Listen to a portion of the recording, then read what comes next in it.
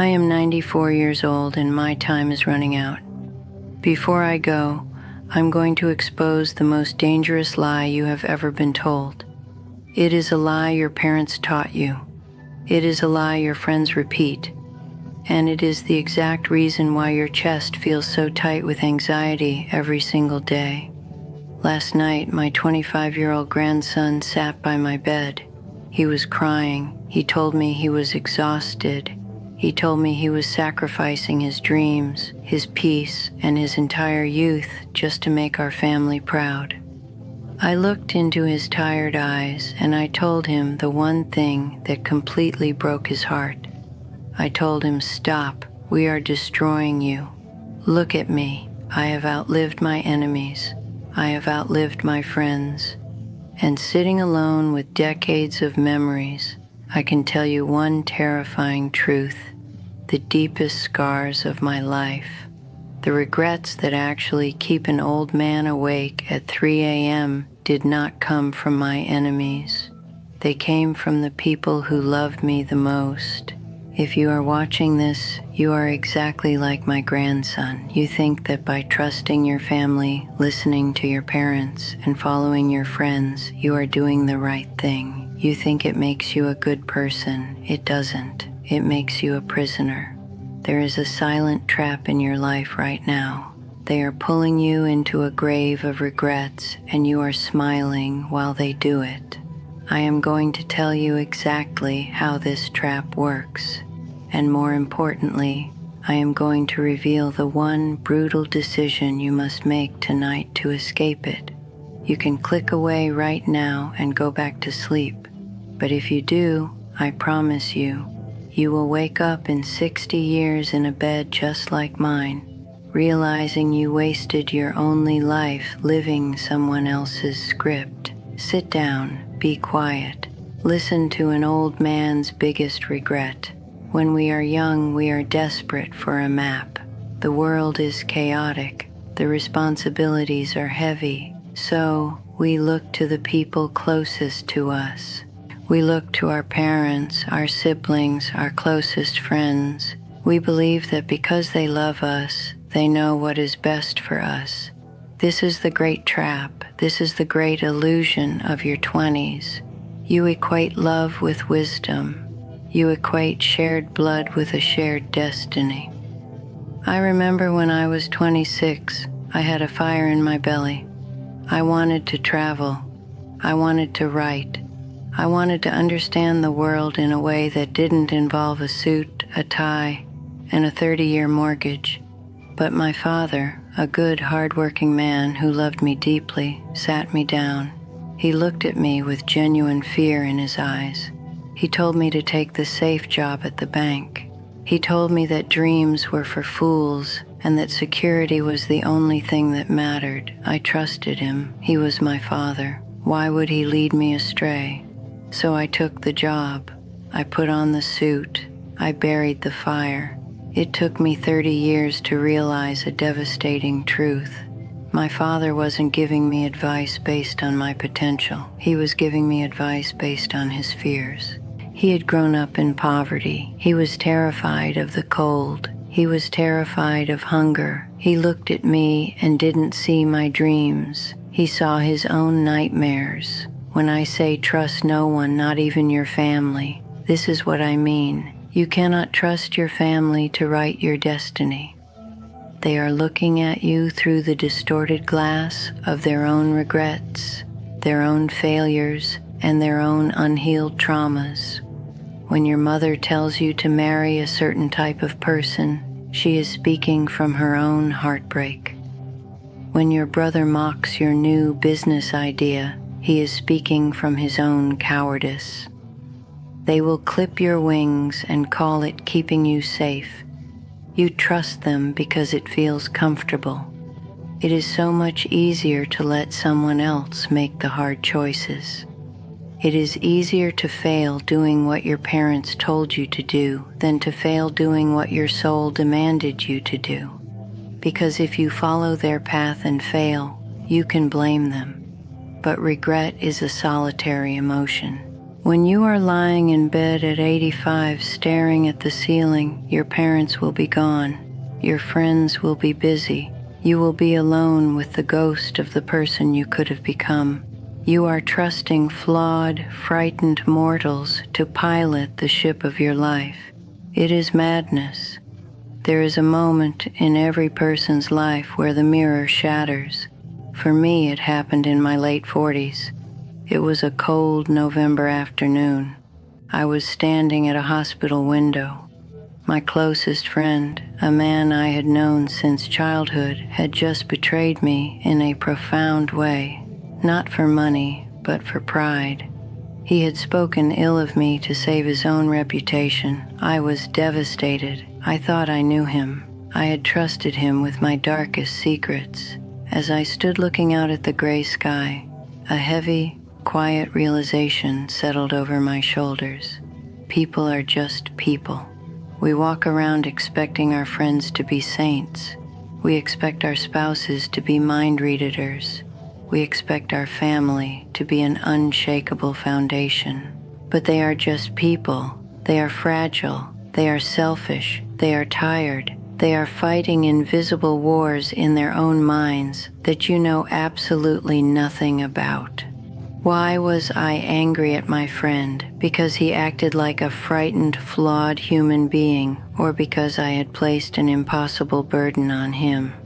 I had demanded that he be perfect so that I could feel secure. This is the shift you must make if you want to survive the next 60 years of your life. You must adopt the mindset of the ancient Stoics. They understood something beautiful and tragic. The only thing you truly own in this universe is your own mind. Everything else is on loan. Your friends, your family, your reputation, your possessions. They can be taken away by disease, by betrayal, by a change of heart, or by the simple passage of time. If your happiness depends on your family understanding you, you will be miserable. If your peace depends on your friends never letting you down, you will be anxious forever. I stopped trusting others to be my saviors. I stopped trusting them to be my moral compass. I realized that my inner peace had to be a fortress that no one else had the keys to. When you stop trusting people to be perfect, you actually give them a great gift. You give them permission to be human. And ironically, that is when you can truly begin to love them. If you want to navigate this life without suffocating under the weight of regret, there are a few brutal truths you must carve into your heart. Do not just listen to these words. Let them bleed into your bones. Perhaps the hardest lesson to learn is that love does not equal competence. Someone can love you with all their heart and still give you advice that will completely destroy your life. Love is an emotion. It is not a skill. It is not wisdom. Your family loves you, but do they understand the modern world? Do they understand your unique mind? Do they understand the specific pain you carry? No. Do not trust the advice of someone who has not walked the path you wish to walk, no matter how much they love you. Love is beautiful for comfort, but it is a terrible compass for direction.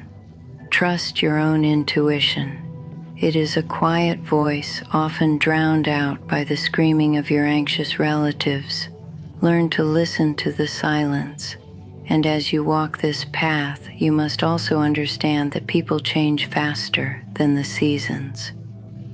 The man you marry at 25 is not the man you will be sitting across from at 50. The best friend you have today will be a completely different biological and psychological entity in 10 years. We trust people assuming they are static. They are not. They are rivers. You cannot step in the same river twice. Life will batter your loved ones. Tragedies will harden them. Success might make them arrogant. Sickness might make them bitter. If you trust that a person will always be exactly who they are today, you are setting yourself up for a devastating heartbreak. Trust in their capacity to change. And more importantly, trust in your own ability to adapt when they do. Do not anchor your ship to a passing cloud. This reliance on others leads to the great danger of outsourced happiness. You are anxious right now because you have placed your joy in the hands of others. You think if my parents are proud of me, I will be happy. You think if I find the right partner, I will feel whole. This is an abdication of your responsibility. You are handing the keys to your emotional kingdom to flawed, distracted people. Never trust another human being to make you happy. It is not their job. It is too heavy a burden for them to carry. When you demand that someone else complete you, you turn a relationship into a hostage situation. True Stoic wisdom is realizing that joy is an inside job. It is built in the quiet moments when you are alone reading, thinking, walking in nature. When you trust yourself to generate your own peace, you become untouchable. So what is the solution? You must build your inner citadel. Marcus Aurelius, a Roman emperor who carried the weight of the known world on his shoulders, wrote about this. It is a fortress inside your mind, a place of total calm, total logic, and total self-reliance. You must build this citadel. Every time you face a hardship and you solve it yourself, you add a brick. Every time you sit with your anxiety, instead of calling a friend to distract you, you add a brick. Every time you make a decision that angers your family but honors your soul, you fortify the walls. When the storms of life come, and my boy, they will come with a fury you cannot currently comprehend. Your friends will scatter. Your family will have their own homes to board up. You must have a citadel to retreat to. You must trust your own character above all else. Look at me. Look at these deep lines on my face. Look at these hands that tremble when I hold my tea. I am at the end of the road.